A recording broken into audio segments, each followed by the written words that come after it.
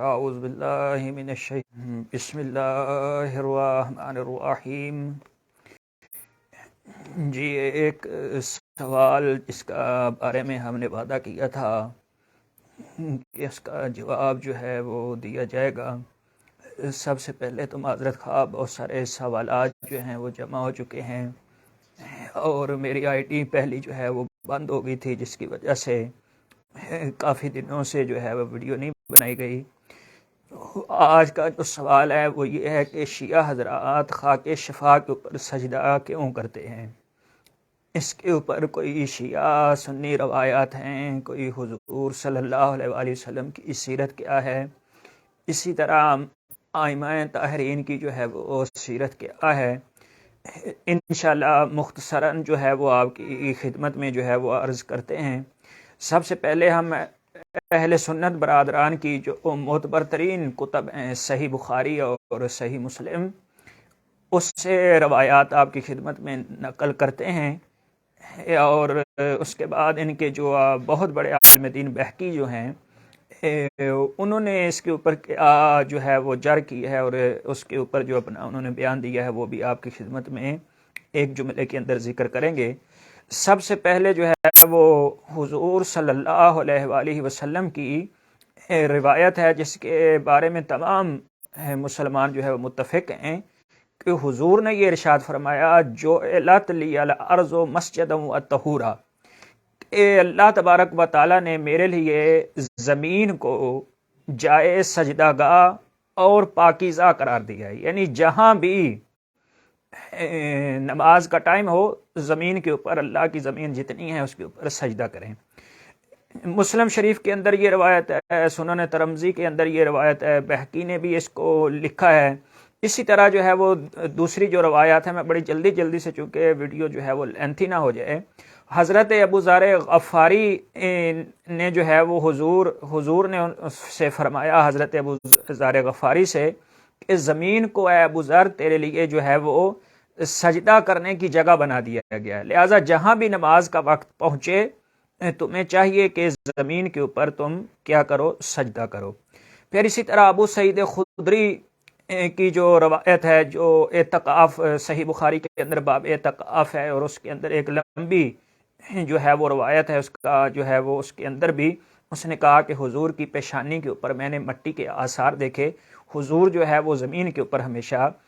جو ہے وہ سجدہ کرتے تھے۔ اسی طرح خود عمر ابن خطاب جو مسلمانوں کے دوسرے حاکم ہیں، وہ بھی کہتے ہیں کہ ایک دفعہ ہم جو ہے وہ صحابہ جو ہیں وہ نکلے رات کو باہر، جب رات کو باہر نکلے تو جب فجر کی نماز کا وقت آیا تو وہ کہتے ہیں کہ رات چونکہ برسات کی تھی، بارش ہوئی ہوئی تھی، جگہ گیلی ہو گئی تھی، کیچڑ تھا، اس وجہ سے تمام صحابہ نے جو ہے وہ اپنے ہاتھوں میں ایک ایک پتھر لیا، اور پتھر لینے کے بعد جو ہے وہ مسجد کے اندر رکھا اور اس کے اوپر نماز پڑھی۔ تو حضور صلی اللہ علیہ وآلہ وسلم کو جب اس کی خبر پہنچی تو حضور نے فرمایا کہ یہ بہت اچھی بات ہے، اور اس کے بعد جو ہے وہ حضرت عمر کہتے ہیں کہ ہماری روٹین میری بن گئی کہ میں ہمیشہ جو ہے وہ سجدے گاہ جو ہے وہ رکھتا تھا۔ اسی طرح فیاض ابن عبداللہ کرشی، یہ ایک صحابی ہیں، یہ کہتے ہیں کہ ایک صحابی جن کا امامہ جو ہے وہ پیشانی کے اوپر آ رہا تھا، تو حضور صلی اللہ علیہ وآلہ وسلم نے جب دیکھا تو اسے اشارہ کیا کہ یہ جو آپ کا امامہ ہے یہ سجدے گاہ کی جگہ پر آ رہا ہے، لہٰذا تم امامے کو پیچھے ہٹاؤ اور جو ہے وہ زمین کے اوپر تم جو ہے وہ سجدہ کرو۔ اسی طرح جو ہے وہ انس ابن مالک رضی اللہ تعالیٰ عنہ، وہ کہتے ہیں کہ سخت گرمی جب ہوتی تھی تو اس وقت ہمارے پاس جو پتھر ہوتے تھے اس کے اوپر تمام صحابہ سجدہ کیا کرتے تھے، تو اس کو ہم جو ہاتھوں میں پکڑتے تھے تاکہ وہ گرمی کی شدت کی وجہ سے بہت گرم ہو چکے تھے، اس سے پیشانی جلتی تھی، تو ہاتھوں میں کبھی اس ہاتھ میں کبھی ہاتھ میں لیتے تھے تاکہ وہ ٹھنڈی ہو جائے۔ اس کے اوپر بہقی جو ہے وہ اہل سنت کے جو بہت بڑے ایک عالم دین ہیں، علماء جو ہے وہ ایک دوست لوگ جانتے ہیں ان کو، وہ کہتے ہیں کہ اگر کپڑے کے اوپر یا لباس کے اوپر سجدہ صحیح ہوتا تو صحابہ کرام جو یہ سجدے گاہوں کو ٹھنڈا کرنا، وہ پتھروں کو ٹھنڈا کرنا یا کیچڑ کے اوپر جو ہے وہ الگ سے حضرت عمر نے بھی اور دیگر صحابہ نے بھی وہ جو ہے وہ رکھا، تو اس کی کیا ضرورت تھی؟ یعنی اس سے پتہ چلتا ہے اگر سجدے کا اس کے مٹی کے علاوہ یا پتھر کے علاوہ بھی سجدہ کپڑے وغیرہ پر جائز ہوتا تو ضرور روایات کے اندر اس کی طرف جو ہے وہ اشارہ ہوتا۔ اسی طرح جو ہے وہ روایت جو ہے وہ ایک بیان کی گئی ہے صحیح مسلم کی۔ صحیح مسلم کی ایک روایت ہے، باب ہے کتاب الحیض، یہ بہت سننے والی روایت ہے، تعلق رکھتا ہی ہے۔ اس صحیح مسلم کتاب الحیض کے اندر قاسم ابن محمد، یہ صحابی ہیں، انہوں نے روایت کی ہے حضرت بی بی عائشہ سے کہ بی بی عائشہ فرماتی ہیں کہ حضور صلی اللہ علیہ وآلہ وسلم نے مجھے کہا کہ جو ہے وہ مسجد سے مجھے خمرہ اٹھا کر دو۔ خمرہ کہتے ہیں وہ کھجوروں کا بنا ہوا بالکل ایک سجدے کی سائز کا، جو ہمیشہ حضور صلی اللہ علیہ وآلہ وسلم کے پاس ہوتا تھا۔ تو حضور ہمیشہ سجدے کا اپنے پاس رکھتے تھے، اور جب نماز کا وقت ہوا یا نماز ویسے پڑھنا چاہ رہے تھے نوافل، تو حضور نے بی بی عائشہ سے یہ کہا کہ وہ خمرہ مجھے اٹھا کر، یعنی جسے آج کل ہم سجدہ گاہ کہتے ہیں، وہ سجدہ گاہ مجھے اٹھا کر دو۔ تو بی بی عائشہ نے کہا کہ وہ خواتین جو ہر ماہ وہ ماہواری کی حالت میں ہوتی ہیں تو میں اس حالت میں ہوں، تو حضور نے کہا کہ وہ جو ہے وہ تمہارے ہاتھوں پر تھوڑا ہی ہے وہ چیز جو ہے، لہٰذا تم نے ہاتھ سے اٹھا کر دینا ہے۔ تو اس سے جو ہے وہ پتہ چلتا ہے کہ حضور ہمیشہ جو سجدہ کرتے تھے وہ ان کے پاس بھی ایک سجدے گاہ تھی، اسی طرح صحابہ کرام کے پاس بھی ایک سجدے گاہ تھی، اور سجدہ زمین کے اوپر جو ہے وہ کرتے تھے، اور اس پر بہت زیادہ تاکید کی گئی ہے۔ اب آ جائیں کہ شیعہ حضرات جو ہے وہ جو یہ خاک شفا کی ٹکی رکھتے ہیں یا دیگر چیزیں جو ہیں، وہ اس کے متعلق بہت سارے افراد گمراہ کرتے ہیں مسلمانوں کو۔ یہ شیعہ جو ہے وہ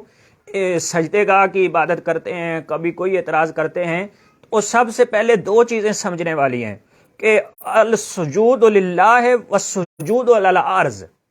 یعنی سجدہ خدا کے لیے ہے،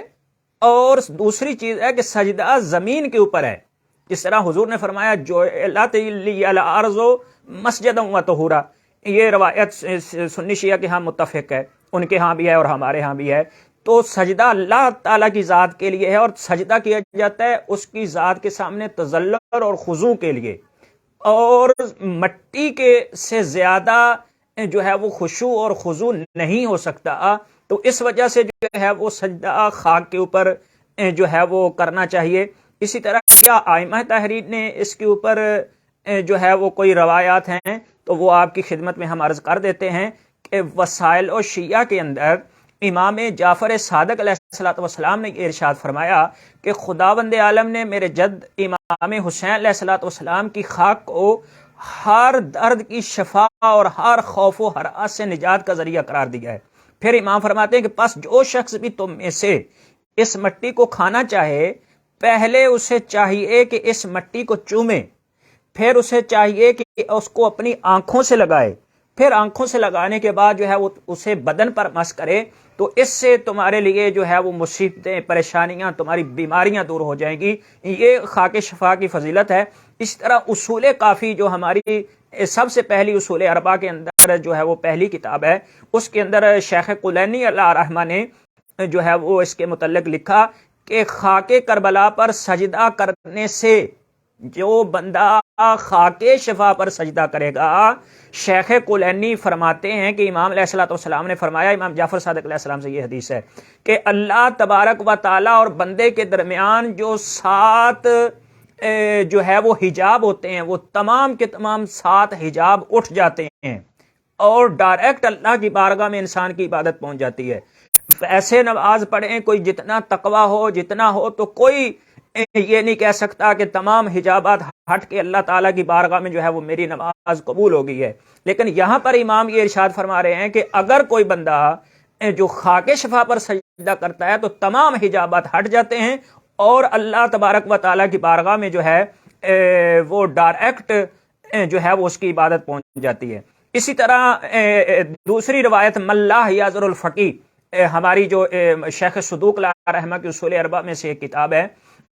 اس کے اندر امام صادق علیہ السلام سے حدیث ہے کہ السجود علی تین قبر الحسین،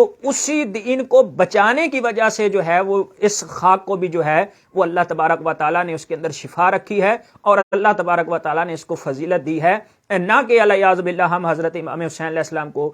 رسول اللہ سے جو ہے وہ افضل سمجھتے ہیں۔ یہ بہت سارے افراد جو ہیں وہ اس طرح کے سوالات جو ہے وہ کرتے ہیں۔ امید ہے کہ انشاءاللہ دوستوں کو سمجھ آ گئی ہوگی، اور باقی جو دیگر سوالات ہیں ان کے بھی ہم انشاءاللہ آہستہ آہستہ ایک ایک کر کے جواب دیں گے۔ وعلیکم السلام ورحمۃ اللہ وبرکاتہ۔